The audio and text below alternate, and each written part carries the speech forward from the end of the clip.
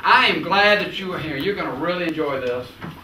We had a couple of guys say, well, what's the format? And I said, well, I don't know. We're going to wing it. You know, we'll figure out as we go what we're going to do. But you are the 6th round 1 advance, which means we've had about 300 guys come in before you. And it's just really, you're going to enjoy this. It's 18 hours. We are very efficient with your time. We'll take plenty of breaks. You're going to be in here right now for about 30 35 minutes, and then we're going to break for dinner. We got 3 of the best teachers you're going to be able to see up close and personal. These guys do a great job. And here's what I have learned over the years, gentlemen, that we all plateau.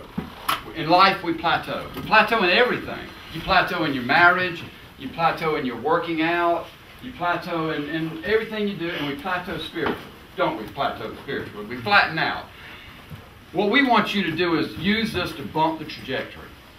We want you to use this to bump the trajectory. And we want you to enjoy it. We want you to be focused, because as I say, we're going to be very efficient with your time. We touch all ages and all areas of life and everything you need to have touched. And we're going to get started right now and with a short video, and I'm going to get Dutton to open us up in prayer. Way to go, girls! You're doing a great job! Good job, Samson Joe. You keep going now. You're hustling. Britain, good kick, girl. Y'all keep going now. It's almost halftime. You're doing great. Oh, listen. Yeah, I'm sorry, Kurt. I know. I'm sorry I had to leave the office so early today. Yeah, I told you. It's my wife, Paula. Yeah, she made me promise to make an appearance here at my daughter Santi Joe, her JV girls soccer game. And I'm here in the middle of the afternoon. Yeah, in the middle of nowhere. My GPS system says it's someplace called Clinton. Where the heck is that? Philpott. How you doing, guy? Sam Hunter. How you doing? Come on over and sit down. I got an extra chair. Fancy seeing you. Hold on just 1 second. Yeah, Kurt. Yeah, listen, I'm sorry. Look, as I said, I'm going to make my appearance here and then I'm out of here. All right? What's that? Oh, yeah. You heard right. Yeah, that 721 ministry guy, Sam Hunter, he's here. Guess I'll get my dose of religion out of the way before Sunday. Yeah, but listen, I got great cell service here, and look, just so keep the calls coming and the emails. And look, I got that brief. I'll have it proofread before I leave here. What's that? Oh yeah, these are definitely billable hours. Keep the clock running. Call me if you need me. Bye. Philpott, how you doing, buddy? I'm doing. Isn't it a great day? Look at this. Isn't it a beautiful day we're just watching soccer? You know, I will give you, it is a beautiful day, no doubt about that. But you know, when I think about JV girls soccer versus catching 9 holes back at the club, I'm not so sure where it'll be. But anyway, I'm here to make the start. No, it's almost halftime. Come on, I got an extra seat. Look, I got a program for you. You can use that. You can follow the girls' names and all. Sure. Come on in and sit down. Yeah. Wait a minute. I make my appearance here. Hold on a second. Okay. Samson Joe, good to see you, girl. I made it. Samson Joe's over here. She's number 25. Oh. Forgive me, my contacts are messing up on me. Hey, sissy, I made it just like I promised. I'm here. Yeah, Sam, I know you're always talking about that in our lunches and stuff. But I need to try to tell you, Sam, I live in the real world. And I'm telling you, that's a busy world. I mean busy. Just remember that when you're reading the Bible, when you're listening, when you're watching these stories, the whole thing is about trust and surrender. That's what it's all about. It all boils down to trust and surrender. And that's where the peace comes from. That's where trust and surrender are.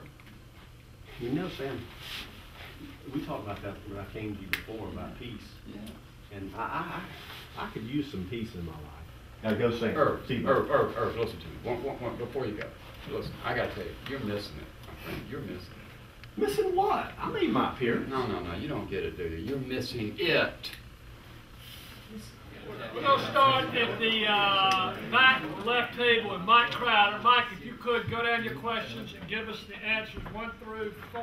All of us going to have this much trouble, Mike? He's an engineer. Sam, this is Cubby's part of the program. Took ballet in the 7th grade. I'm not going to say who it was. I really didn't go. Well, the fellow got to reading. Now he read 1 and 2, and he got to this one. He said, "I'm not saying that." Go ahead. No, I'm not saying it. No, we're Dan Bowers is fixing to come and to speak for a few minutes. Some of you know Dan, probably most of you know Dan. Dan practiced law for about 20 years in Columbia, then went into ministry. I've said this over the time of introducing Dan over the years. In Acts chapter 11, the reference to Barnabas. It said of Barnabas that he was a good man who lived by faith, who was full of the Holy Spirit. That is the model. So, Dad, look forward to good marriage.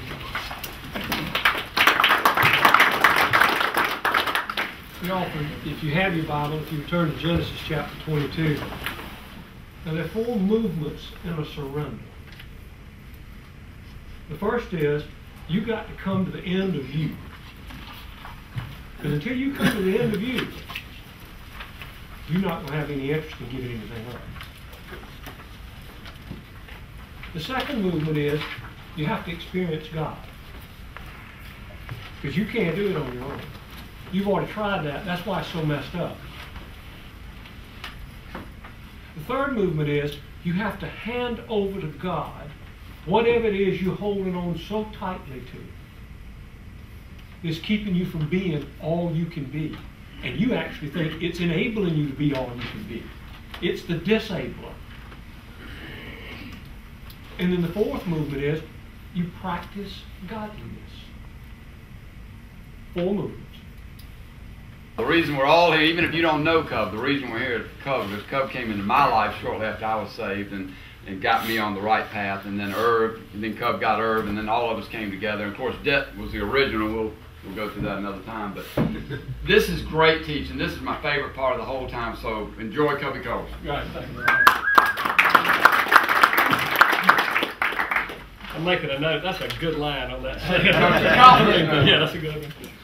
Yeah, what we're going to look at in the next few minutes, we kind of come together last night. These things start coming together. You don't have a clue what you're coming to. Why am I here? What am I doing? What is Cubby and Sam and Dad invited me to? So now we're going to look at this morning kind of how do we apply what we have at least started on. And then Dad wraps up for us strongly on all these points.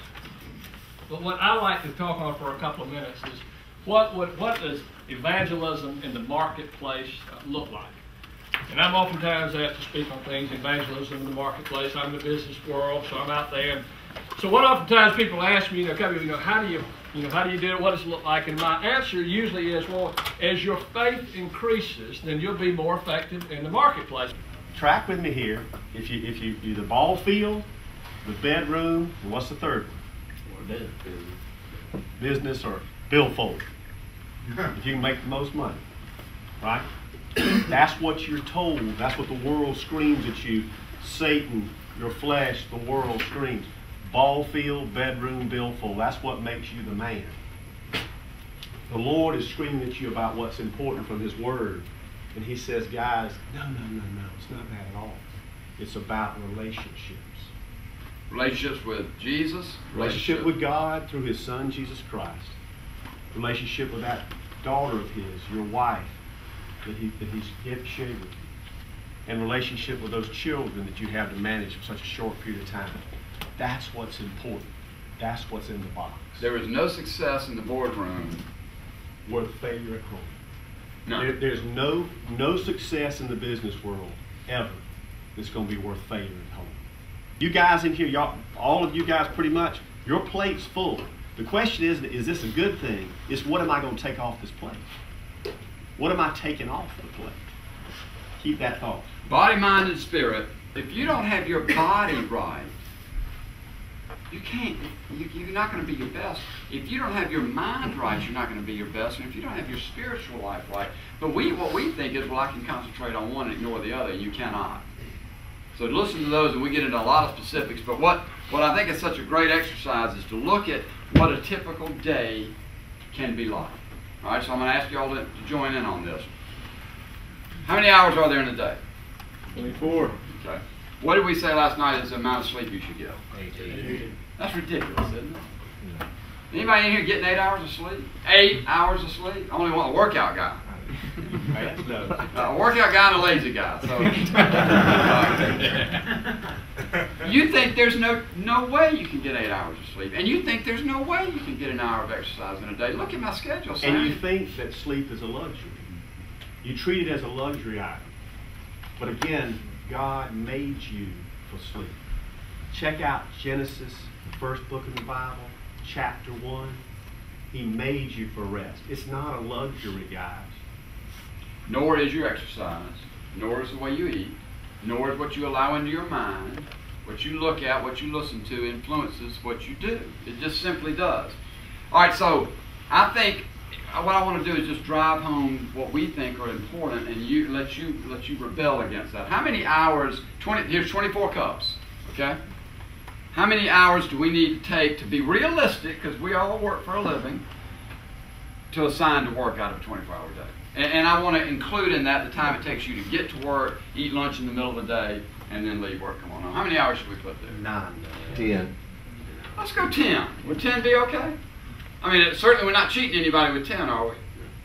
You know, the truth is, if you cannot get done in 10 hours, you're not working efficiently, and you're not putting God anywhere into the equation. So, 10 hours of sleep, 10 hours of work. So I'm going to take 10 cups off the table, okay? God, that's a lot of cups coming off, isn't it?